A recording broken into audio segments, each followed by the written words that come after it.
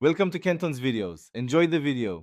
You start by confirming your Apple ID credentials and ensuring your device is updated. This prevents sign-in errors. Once done, open Settings on iPhone or System Settings on Mac and tap Game Center to begin. You must be signed out to locate an account, so if you see a name, tap it and choose Sign Out. If you're already signed out, proceed to sign in and enter the Apple ID tied to your Game Center profile. This is the first actionable step toward retrieval.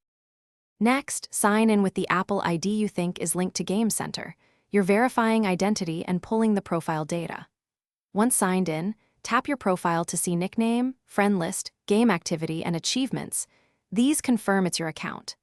If the password fails, use Apple's Account Recovery or the Find My Apple ID option to locate the correct email.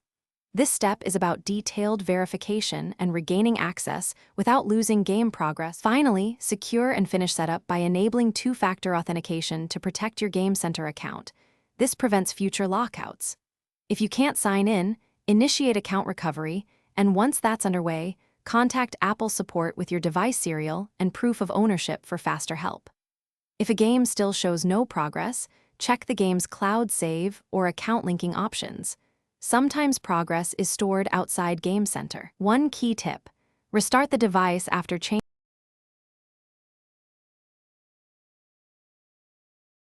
Thanks for watching. Consider subscribing if we helped you.